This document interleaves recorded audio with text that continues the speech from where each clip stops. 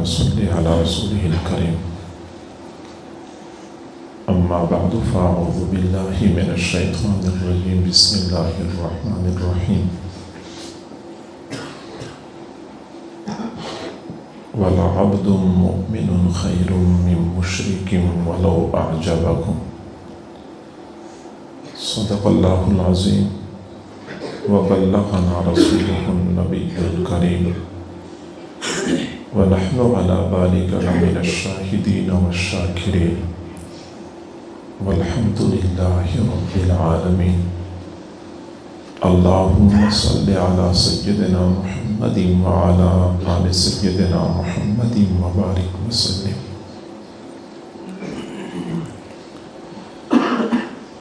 اللہ رب العزت نے اپنی قدرت کاملہ سے ہمیں پیدا فرمایا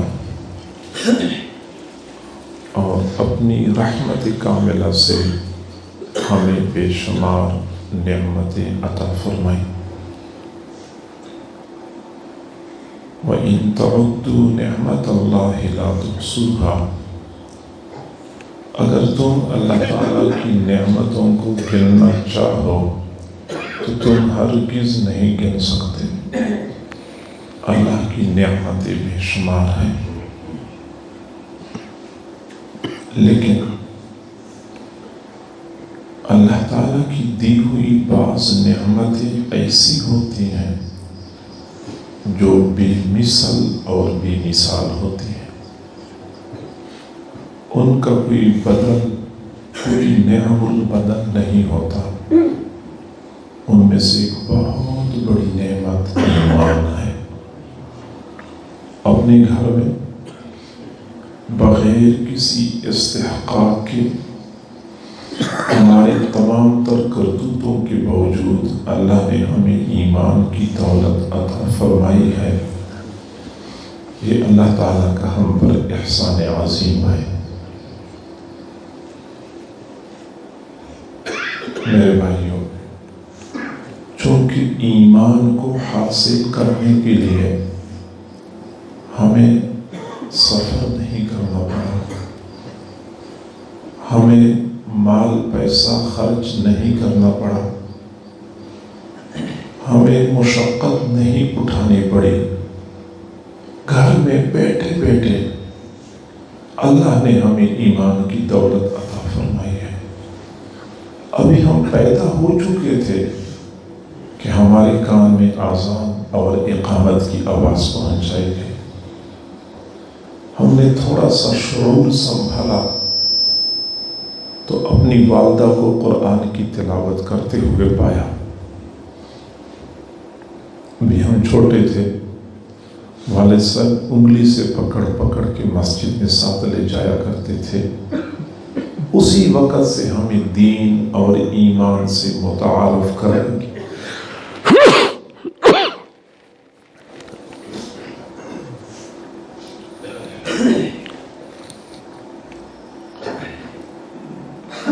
کسی بندے کو چھینک آ جائے تو وہ الحمدللہ کہتا ہے.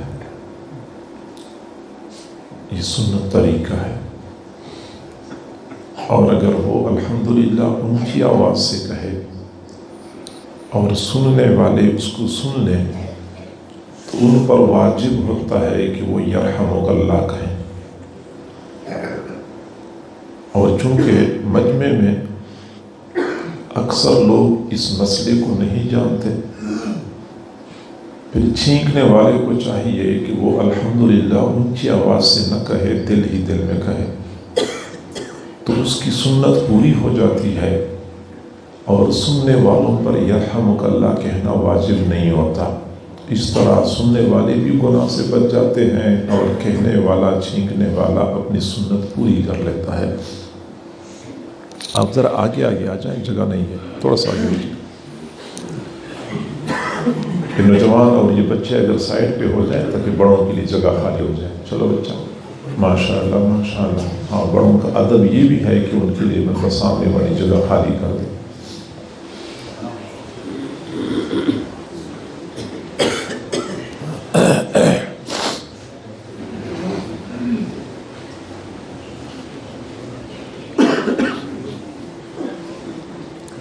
دروازے کے ساتھ بیٹھنے والے بچے اب آگے آ جائیں، آگے آ جائیں، ماشاء اللہ ماشاء اللہ۔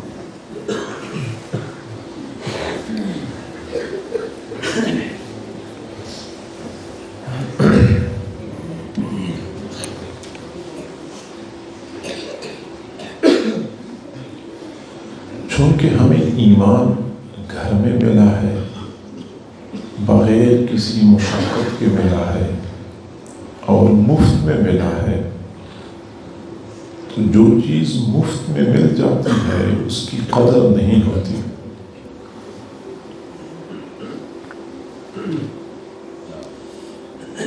اگر ہم نے ایمان کی قدر و قیمت معلوم کرنی ہے تو آج سے 14 صدیاں پیچھے جانا پڑے گا۔ حضرت بلال سے پوچھنا ہوگا کہ بلال آپ بتائیے یہ ایمان کتنا قیمتی ہے۔ وہ صحیح بتا سکتے ہیں کیونکہ انہوں نے ایمان کی بھاری قیمت چکائی تھی۔ حضرت سمیہ سے پوچھنا ہوگا، سمیہ آپ بتائیے یہ ایمان کتنا قیمتی ہے۔ وہ ایمان کی قدر و قیمت کا صحیح اندازہ لگا سکتی ہیں کیونکہ انہوں نے ایمان کی خاطر اپنی جان کا نذرانہ پیش کیا تھا۔ حضرت خباب اور خبیب اور عمار اور یاسر سے پوچھنا ہوگا کہ ایمان کی قدر و منزلت کیا ہے، وہ صحیح بتا سکتے ہیں کیونکہ انہوں نے ایمان کی خاطر کفار کے حوصلہ شکن مظالم برداشت کیے تھے۔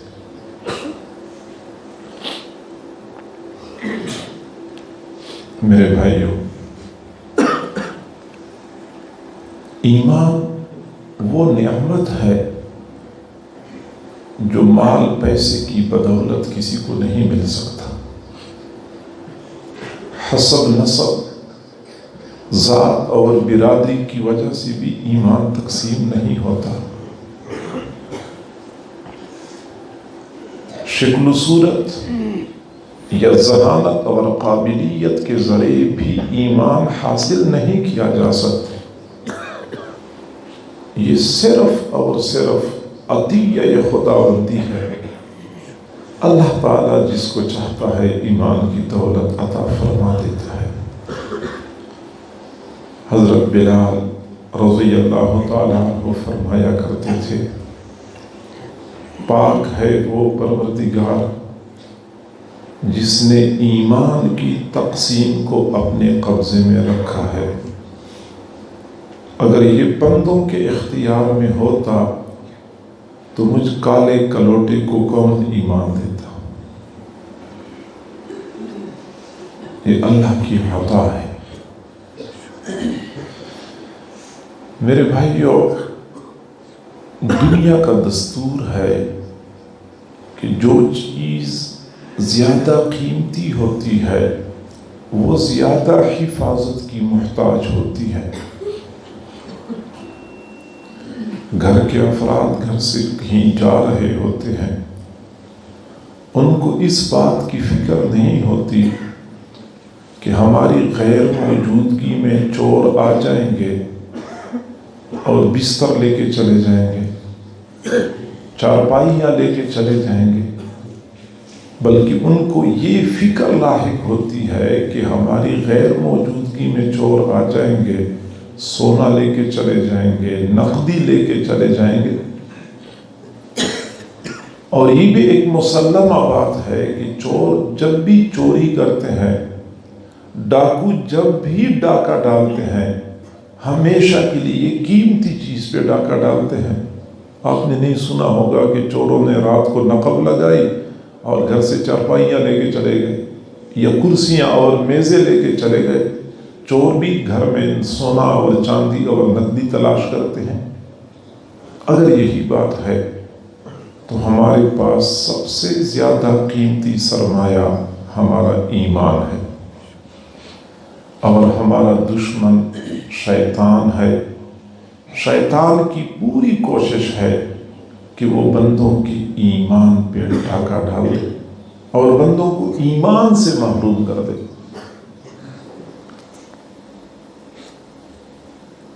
اور میرے بھائیوں،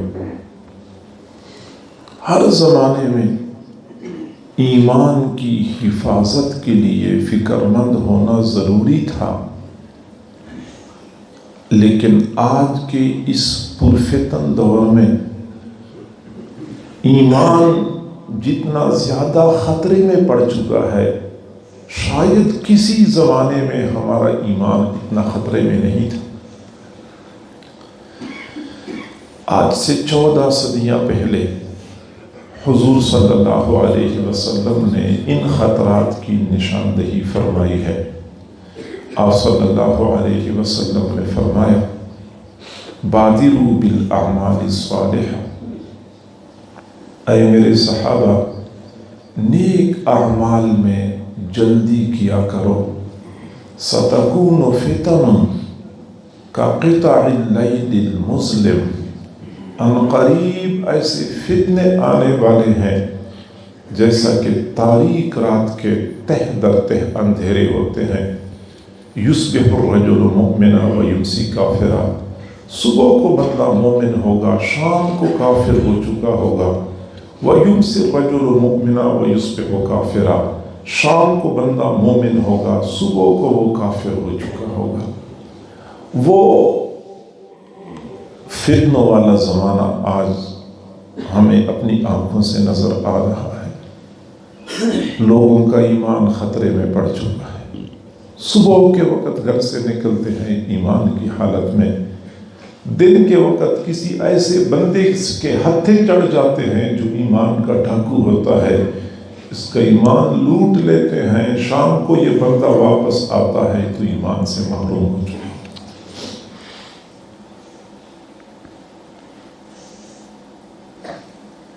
ان حالات میں ایمان کی حفاظت کے لیے فکر مند ہونا بہت ضروری ہے۔ اور میرے بھائیوں،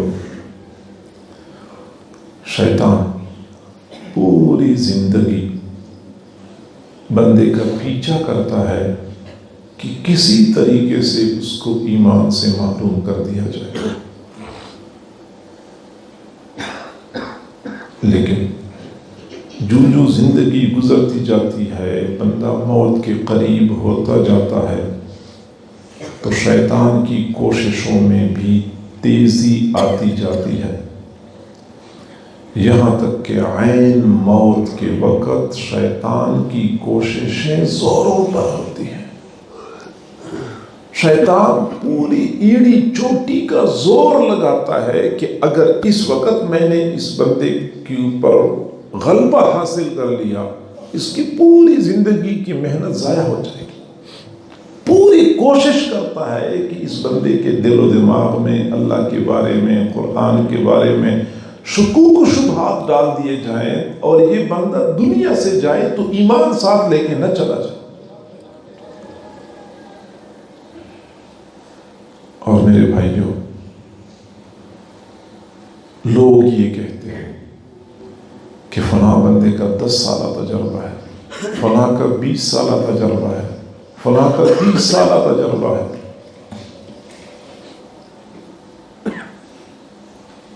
شیطان مردود سینکڑوں سال نہیں، ہزاروں سال نہیں، اس سے بھی زیادہ تجربہ رکھتا ہے۔ حضرت آدم علیہ السلام سے لے کر آج تک ہر بندے کے ساتھ گیم کھیل چکا ہے، اور ہر بندے کی نفسیات کو جانتا ہے کہ کس بندے کو کس طرح گھیرنا ہے۔ چنانچہ علماء کو راہ راست سے ہٹانے کے لیے اس نے الگ جال بنائے ہوئے ہیں، تبلیغیوں کو گمراہ کرنے کے لیے اس کے پاس الگ ٹیکنیک ہے، صوفیاء کو ورغلانے کے لیے اس کے پاس الگ طریقے ہیں۔ ہر بندے کے لیے اس کی نفسیات کے مطابق طریقہ استعمال کرتا ہے۔ ہم تھک جاتے ہیں، یہ کبھی تھکتا نہیں ہے۔ ہم بیمار ہو جاتے ہیں، یہ کبھی بیمار نہیں ہوتا۔ ہمیں نیند آتی ہے، اس کو نیند نہیں آتی۔ اس نے قسم کھائی تھی، فَبِعِزَّتِكَ لَأُغْوِيَنَّهُمْ أَجْمَعِينَ، اللہ تیری عزت کی قسم، جس آدم علیہ السلام کی وجہ سے مجھے دربار سے نکالا جا رہا ہے، میں اولاد آدم کو سب کے سب کو گمراہ کر دوں۔ قسم کھائی تھی اور اسی قسم کو پورا کرنے کے لیے دن رات ایک کر کے مصروف عمل ہے۔ اور اس شیطان کے مقابلے میں ہم اتنے کمزور ہیں کہ اس وقت جیتے جاگتے ہوش و حواس کی حالت میں شیطان ہمیں دھوکہ دے جاتا ہے، ہم سے گناہ کرواتا ہے، لیکن ہمیں پتہ تب چلتا ہے جب شیطان اپنے مقصد میں کامیاب ہو چکا ہوتا ہے۔ ہمیں بعد میں خیال آتا ہے کہ ہاں یہ کیا ہوا، شیطان نے مجھے دھوکہ دیا، شیطان نے مجھے ورغلایا، شیطان نے مجھ سے گناہ کروایا۔ یہ ہمیں اس وقت ہوش آتا ہے جب شیطان اپنا کام کر چکا ہوتا ہے۔ تو اگر اس وقت ہوش و حواس کی حالت میں ہم شیطان کا مقابلہ نہیں کر سکتے تو موت کے وقت جب ہم پر موت کے سکرات طاری ہوں گے، اوصال خطا ہوں گے، حواس ٹھیک طرح کام نہیں کر رہے ہوں گے، اس وقت شیطان سے اپنا ایمان بچانا کتنا دشوار ہوگا ہم اس کا اندازہ نہیں کر سکتے۔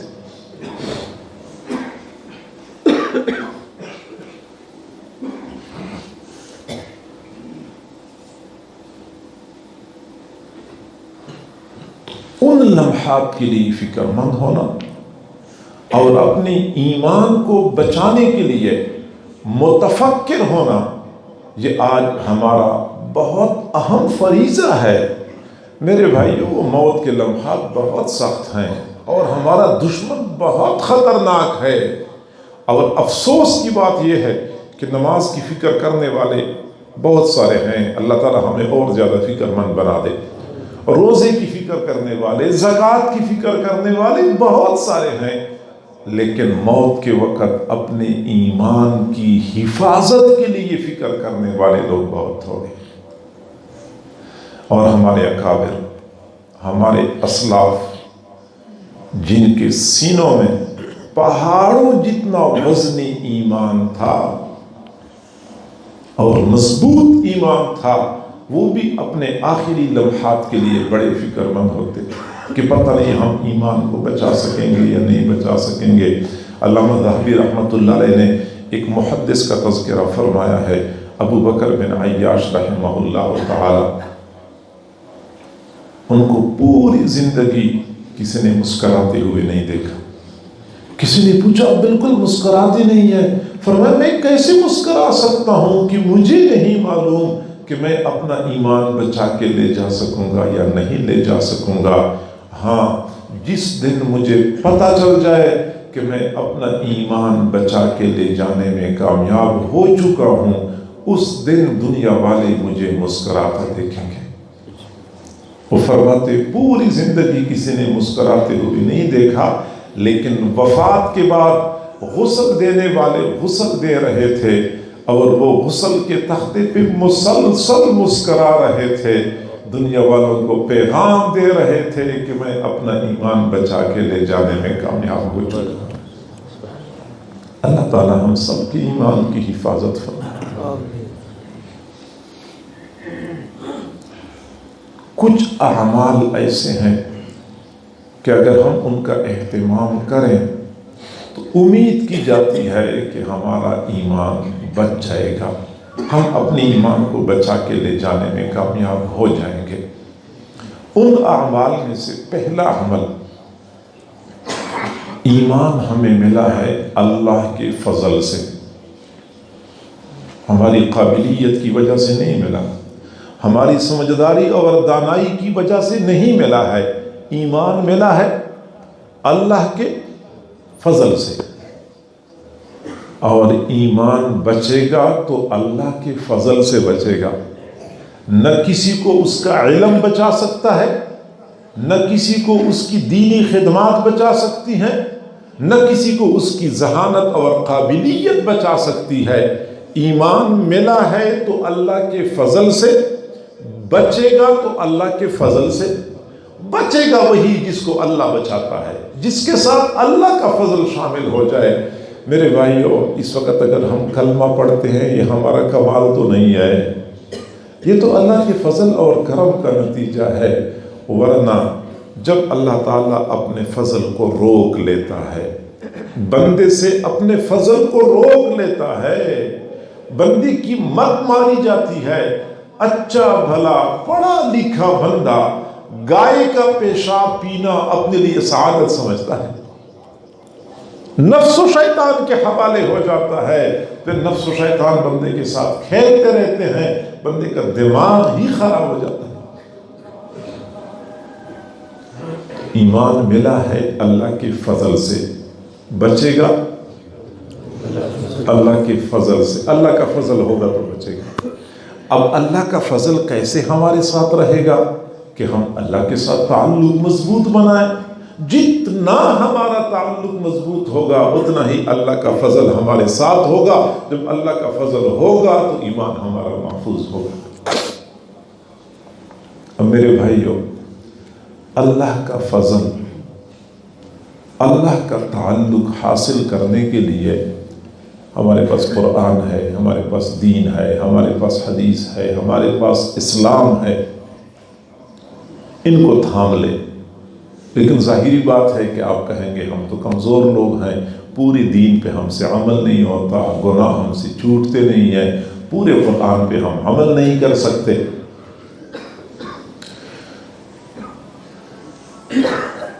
تو میں آپ کو ایک آسان طریقہ بتاتا ہوں۔ میرے بھائیوں، ہم پورے دین پہ عمل کریں، پورے قرآن کو تھام لیں، گناہوں سے بچیں، لیکن اگر ہم نہیں کر سکتے، ہم کمزور ہیں، تو کم از کم ایک کام اپنے اوپر لازم کر لیں، کسی بھی حال میں اس میں سستی نہیں ہونی چاہیے۔ روزانہ 5 مرتبہ اللہ کے دربار میں ضرور حاضری دیا کریں، جو کچھ بھی ہو جائے، بندہ کتنا ہی گناہگار کیوں نہ ہو، کتنا ہی برا کیوں نہ ہو، کتنا ہی مصروف کیوں نہ ہو، حالات کتنی ہی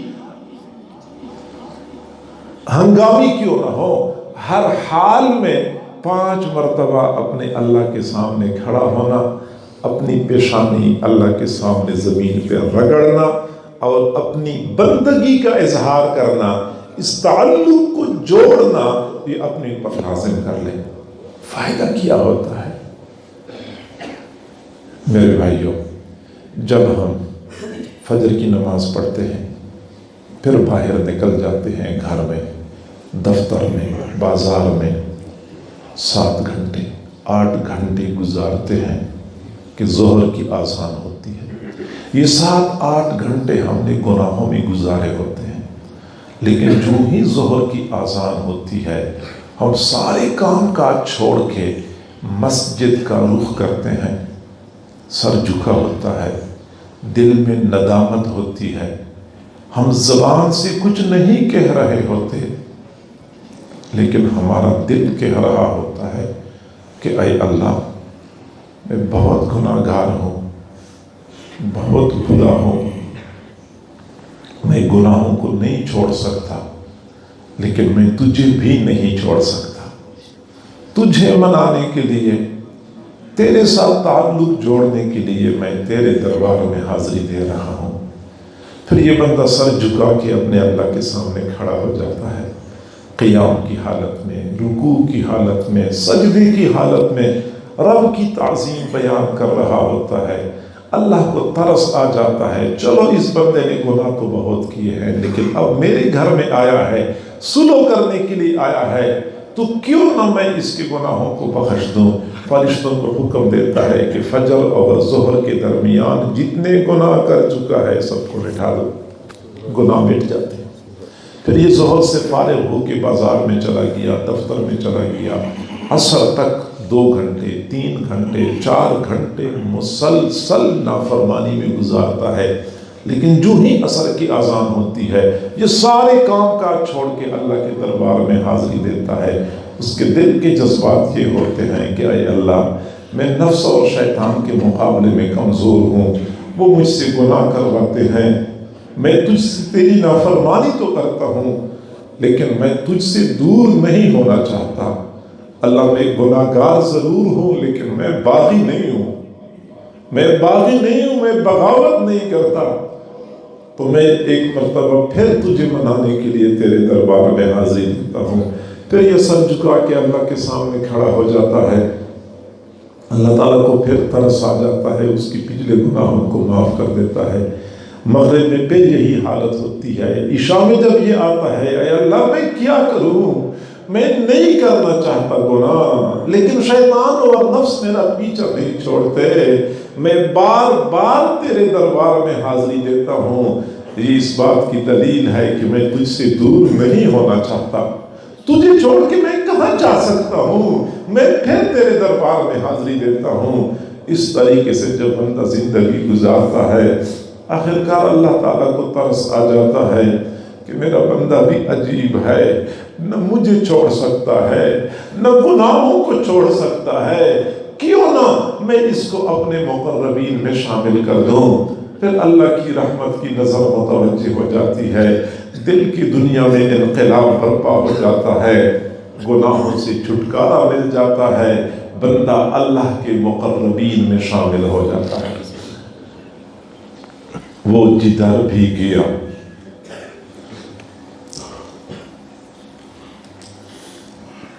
وہ جدھر بھی گیا لوٹا تو میرے پاس آیا، وہ جدھر بھی گیا لوٹا تو میرے پاس آیا، یہی تو بات بھلی ہے میرے ہرجائی کی، میرا بے وفا دوست جہاں کہیں چلا جاتا ہے پھر لوٹ کے میرے پاس آتا ہے، یہی میرے دوست کی خوبی ہے اور یہی میرے دوست کی کا کمال ہے۔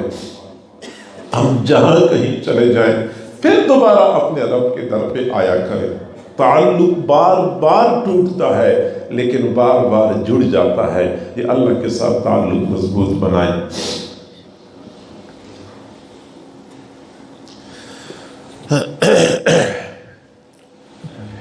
امام احمد بن حنبل رحمۃ اللہ علیہ فرماتے ہیں، میں قافلے کے ساتھ سفر کر رہا تھا، ڈاکوؤں نے قافلہ گھیر لیا، جو سامان تھا ہم سے لوٹ لیا۔ پھر میں نے دیکھا ایک ڈاکو نماز کے لیے کھڑا ہو گیا، اس نے نماز مکمل کر لی تو میں اس ڈاکو سے ملا، میں نے کہا اللہ کے بندے تم بھی عجیب ہو، ادھر ڈاکے ڈالتے ہو، ادھر نمازیں پڑھتے ہو۔ تو ڈاکو نے مجھے کہا کہ جی ہاں، ڈاکے ڈالنا میری مجبوری ہے، یہ ہمارا خاندانی پیشہ ہے، لیکن نماز نہیں چھوڑ سکتا، کیونکہ اللہ کی طرف جانے والے تمام دروازے اپنے اوپر بند نہیں کرنا چاہتا، یہ ایک راستہ میں نے کھلا چھوڑا ہوا ہے، کسی وقت تو اللہ کی رحمت متوجہ ہو جائے گی اور اسی نماز کے راستے سے مجھے اپنے اللہ کا قرب حاصل ہو جائے گا۔ امام احمد بن حنبل رحمۃ اللہ علیہ فرماتے ہیں کہ پوری زندگی کہ وہ بندہ اس نے مجھ سے یہ بات کر لی، میں 2 سال بعد حج کرنے کے لیے گیا ہوا تھا، میں بیت اللہ کا طواف کر رہا تھا، تو میں نے دیکھا ایک آدمی ہے جو بیت اللہ کے غلاف کے ساتھ چمٹا ہوا ہے، زارو قطار رو رہا ہے، اپنے گناہوں کی معافی مانگ رہا ہے۔ میں نے سوچا کہ پتہ نہیں یہ کون خوش نصیب ہے، کتنا بڑا ولی ہے، اس کی ایسی کیفیات بنی ہوئی ہے۔ فرماتے ہیں کہ جب میں اس کے قریب گیا تو میں نے دیکھا وہی ڈاکو تھا جس نے میں نے 2 سال پہلے ڈاکہ ڈالتے ہوئے دیکھا۔ پھر میں سمجھ گیا کہ اس نے کہا تھا کہ میں اپنے اوپر سارے دروازے بند نہیں کرتا، ایک دروازہ میں کھلا رکھتا ہوں، کسی وقت مجھے اللہ کی طرف جانا پڑے تو میرے سامنے ایک دروازہ تو کھلا موجود ہے۔ تو تعلق مضبوط ہوتا ہے جب ہم 5 وقت حاضری دیتے ہیں، اور جب حاضری دیں گے تو پھر ایمان محفوظ رہے گا۔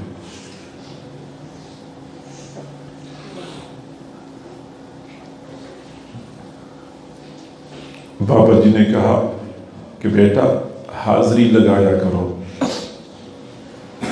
سبق یاد ہو یا نہ ہو حاضری لگایا کرو، کم از کم خارج تو نہیں کیے جاؤ گے۔ اسکول میں بچے پڑھنے کے لیے آتے ہیں، مدرسے میں بچے پڑھنے کے لیے آتے ہیں، سبق یاد نہ بھی ہو لیکن جب وہ حاضری دیتے رہتے ہیں مدرسے والے اس کو خارج نہیں کرتے، کہتے کوئی بات نہیں حاضری تو دیتا ہے۔ اور اگر ایک لڑکا ایک دن اگر حاضر ہو، 2 دن اگر حاضر ہو، 6 دن اگر حاضر ہو جائے تو مدرسے والے اس کا نام کاٹ دیتے ہیں کہ اب یہ ہمارے مدرسے کا طالب علم نہیں رہا، یہ مسلسل غیر حاضریاں کرتا ہے۔ ایسی ہی جب کوئی بندہ ایک دن غیر حاضر ہو جائے، 2 دن غیر حاضر ہو جائے اور اللہ کے دربار میں مسلسل غیر حاضری کرتا رہتا ہے، آخر کار اللہ تعالیٰ اس بندے کا نام اپنے بندوں کی فہرست سے نکال دیتا ہے، کانٹا لگاتا ہے کہ اب یہ میرا بندہ نہیں رہا۔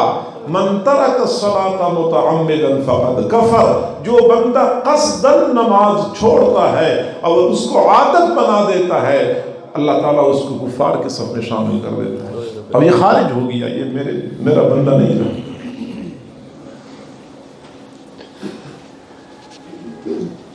اپنے ایمان کی حفاظت کے لیے اللہ کے ساتھ تعلق مضبوط بنائیں، اور ایمان ہمیں ملا ہے حضور صلی اللہ علیہ وسلم کے تصدق اور طفیل سے، لہذا حضور صلی اللہ علیہ وسلم کے ساتھ بھی اپنا تعلق مضبوط بنائیں۔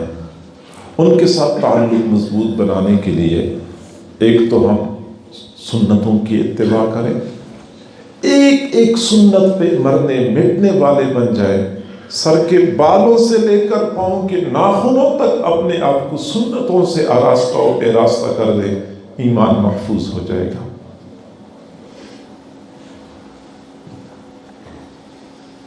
کیونکہ جو بندہ سنتوں کی اتباع کرتا ہے وہ اللہ کا محبوب بن جاتا ہے۔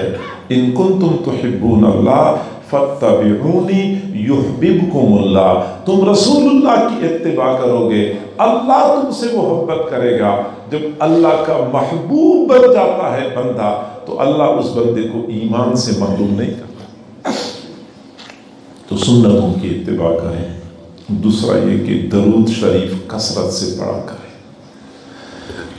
معزز سامعین، میرا یہ عقیدہ ہے کہ جب ہم درود شریف پڑھتے ہیں تو فرشتے اس درود کو لیتے ہیں اور اللہ کے سامنے پیش کرتے ہیں، اے اللہ یہ فلاں بندے کی جانب سے آپ کے لیے ہدیہ ہے، فلاں کی جانب سے آپ کے لیے اللہ کے نبی یہ فلاں کی جانب سے آپ کے لیے ہدیہ ہے۔ فرشتے اللہ کے نبی کے پاس پیش کرتے ہیں۔ اب اگلی بات سمجھ لیں کہ حضور صلی اللہ علیہ وسلم کا عمر بھر کا یہ دستور تھا، طریقہ تھا کہ جب کوئی بندہ ان کو ہدیہ دیا کرتا تھا وہ ضرور جواب میں ہدیہ دیا کرتے تھے۔ تو آج بھی اگر ہمارے ہدایہ حضور صلی اللہ علیہ وسلم تک پہنچیں گے تو رسول اللہ کی جانب سے ہمارے پاس ہدایہ ضرور آئیں گے، لیکن وہ ہدایہ مال پیسے کی صورت میں نہیں ہوں گے، وہ مٹھائی کے ڈبے کی صورت میں نہیں ہوں گے، وہ پھلوں کی ٹوکری کی صورت میں نہیں ہوں گے، بلکہ وہ روحانی فیض ہوتا ہے، وہ قلبی نور ہوتا ہے رسول اللہ صلی اللہ علیہ وسلم کا، جو ہمارے دلوں تک پہنچتا ہے۔ درود ان پہ پڑھوں اور میں سنور جاؤں، درود ان پہ پڑھوں اور میں سنور جاؤں کہ جب بندہ رسول اللہ پہ درود پڑھتا ہے اس کا نتیجہ یہ ہوتا ہے کہ بندے کے من، بندے کے باطن پر اس کے اچھے اثرات پڑتے ہیں، کیونکہ رسول اللہ صلی اللہ علیہ وسلم کی جانب سے مسلسل انوارات اور فیوزات اس بندے کے دل میں پہنچ رہے ہوتے ہیں۔ ہمارا تو یہی نقطہ نظر ہے کہ اللہ والی دنیا سے چلے بھی جائیں پھر بھی ان کا روحانی فیض جاری و ساری رہتا ہے۔ تو اگر عام اللہ والوں کا روحانی فیض جاری رہتا ہے تو رسول اللہ صلی اللہ علیہ وسلم کا روحانی فیض جاری کیوں نہیں ہوگا؟ تو حضور کے قلب مبارک سے ہم تک انوارات پہنچتے ہیں۔ جب طلباء دورہ حدیث کر رہے ہوتے ہیں، یہ تعلیمی دورانیے میں آخری سال ہوتا ہے، اس سال میں طلباء صبح سے لے کے شام تک حدیثیں پڑھتے ہیں، استاد پڑھاتے ہیں، شاگرد پڑھتے ہیں، چنانچہ صبح سے لے کے شام تک بار بار حضور صلی اللہ علیہ وسلم کا نام نامی آتا ہے اور طلباء اور استاد وقفے سے درود شریف پڑھتے رہتے ہیں، دارالحدیث کے در و دیوار درود شریف کی آواز سے گونج رہے ہوتے ہیں، کیونکہ اس دارالحدیث میں حضور کا نام نامی کثرت سے آتا ہے، پھر درود شریف کی کثرت ہوتی ہے۔ حضرت شاہ ولی اللہ رحمۃ اللہ علیہ فرماتے ہیں کہ میں مدینہ منورہ گیا تھا، وہاں مجھے کچھ مکاشفات حاصل ہوئے، کچھ پوشیدہ معاملات میری اوپر اللہ نے کھول دیے۔ ان میں سے ایک معاملہ یہ بھی تھا کہ میں نے دیکھا کہ گنبد خضرا سے نور کی شعاعیں پھوٹ رہی ہیں اور دنیا کے کونے کونے میں پھیل رہی ہیں۔ تو میں نے مراقبہ کر کے ان شعاعوں کا پیچھا کیا کہ وہ شعاعیں کہاں جا رہی ہیں۔ پھر اللہ تعالیٰ نے مجھ پہ یہ بات منکشف کر دی کہ روئی زمین میں جہاں کہیں حدیث پڑھنے پڑھانے کا سلسلہ چل رہا ہے وہاں تک یہ نور کی شعاعیں پہنچ رہی ہیں۔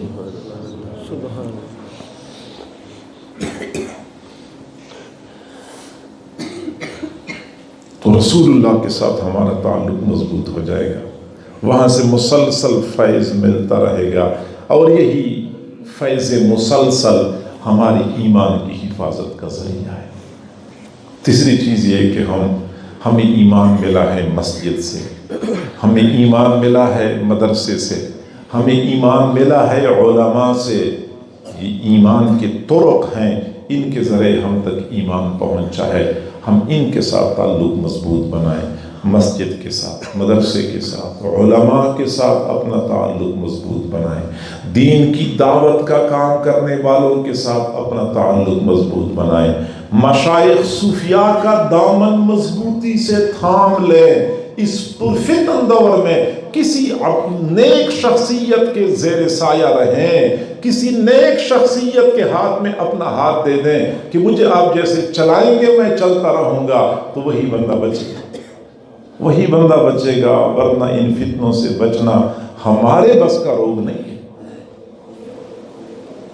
حضرات علماء، طلباء، دین کی دعوت کا کام کرنے والے، مشائخ، صوفیاء، ان کا تعلق ایمان کی حفاظت کا ذریعہ۔ یہ کون لوگ ہیں؟ صحیح بخاری شریف کی روایت ہے، ہم رجال لا یشقى جلیسہم، یہ ایسے مرد ہیں کہ ان کے ساتھ بیٹھنے والا کبھی بدبخت نہیں ہوتا، ان کے ساتھ بیٹھنے والا کبھی بدبخت نہیں ہوتا۔ وہی بندہ سعادت مند ہوتا ہے جو ان لوگوں کے ساتھ بیٹھتا ہے، نشست و برخاست کرتا ہے۔ اور آج ایک منظم منصوبے کے تحت لوگوں کو مدارس سے بدگمان کیا جا رہا ہے، علماء سے دور کیا جا رہا ہے، مشائخ صوفیاء سے دور کیا جا رہا ہے، اور یہی کہا جاتا ہے کہ یہ سارا سلسلہ بے مقصد اور بے فائدہ ہے، بس یہ اپنا پیٹ بھرنے کا ایک طریقہ ہے جو ان لوگوں نے اختیار کر رکھا ہے۔ بہرحال ہم ان لوگوں کے ساتھ تعلق مضبوط بنائیں، اٹھنا بیٹھنا نیک لوگوں کے ساتھ کریں، کیونکہ نیکوں کے تصدق اور توفیل سے بندے کا ایمان محفوظ ہو جاتا ہے۔ ہم کسی اللہ والے کے ساتھ تعلق جوڑتے ہیں، محبت کرتے ہیں، یہ محبت دنیاوی اغراض کے لیے تو نہیں ہوتی، یہ کوئی رشتہ داری والا تعلق تو نہیں ہوتا، یہ محبت اللہ کے لیے ہوتی ہے، اور جو محبت اللہ کے لیے ہوتی ہے وہ ایمان کی حفاظت کا ذریعہ ہوتی ہے۔ من احب للہ واعطى للہ ومنع للہ، ومن احب للہ وابغض للہ واعطى للہ ومنع للہ فقد استکمل الایمان۔ جو بندہ اللہ کی خاطر کسی سے محبت کرتا ہے یا اللہ کی خاطر کسی سے بغض رکھتا ہے تو اس نے اپنا ایمان مکمل کر لیا، ایمان بندے کا کامل ہو جاتا ہے۔ من احب للہ وابغض للہ وجد حلاوت الایمان، وہ بندہ ایمان کی حلاوت اور مٹھاس کو پائے گا۔ اس طریقے سے پھر بندے کا ایمان محفوظ ہو جاتا ہے۔ ہمیں ایمان ان لوگوں نے دیا ہے جن لوگوں نے ہمیں اللہ سے متعارف کرایا ہے، رسول اللہ کی پہچان کرائی ہے، تو ان لوگوں کو چھوڑ کے ہم اپنا ایمان بچا سکتے ہیں؟ نہیں بچا سکتے۔ اس لیے ان حضرات کا دامن تھامنا ضروری ہے۔ اللہ تعالی ہم سب کو سمجھنے اور عمل کرنے کی توفیق عطا فرمائے۔ خود بھی مسجد مدرسے کے ساتھ مضبوط تعلق رکھیں اور اپنی اولادوں کو قرآن کے ساتھ جوڑیں، مسجد سے جوڑیں، مدرسے سے جوڑیں، ہماری اولاد کا ایمان محفوظ ہو جائے گا۔ وآخر دعوانا ان الحمد للہ رب العالمین۔ آخری حضرت بھائی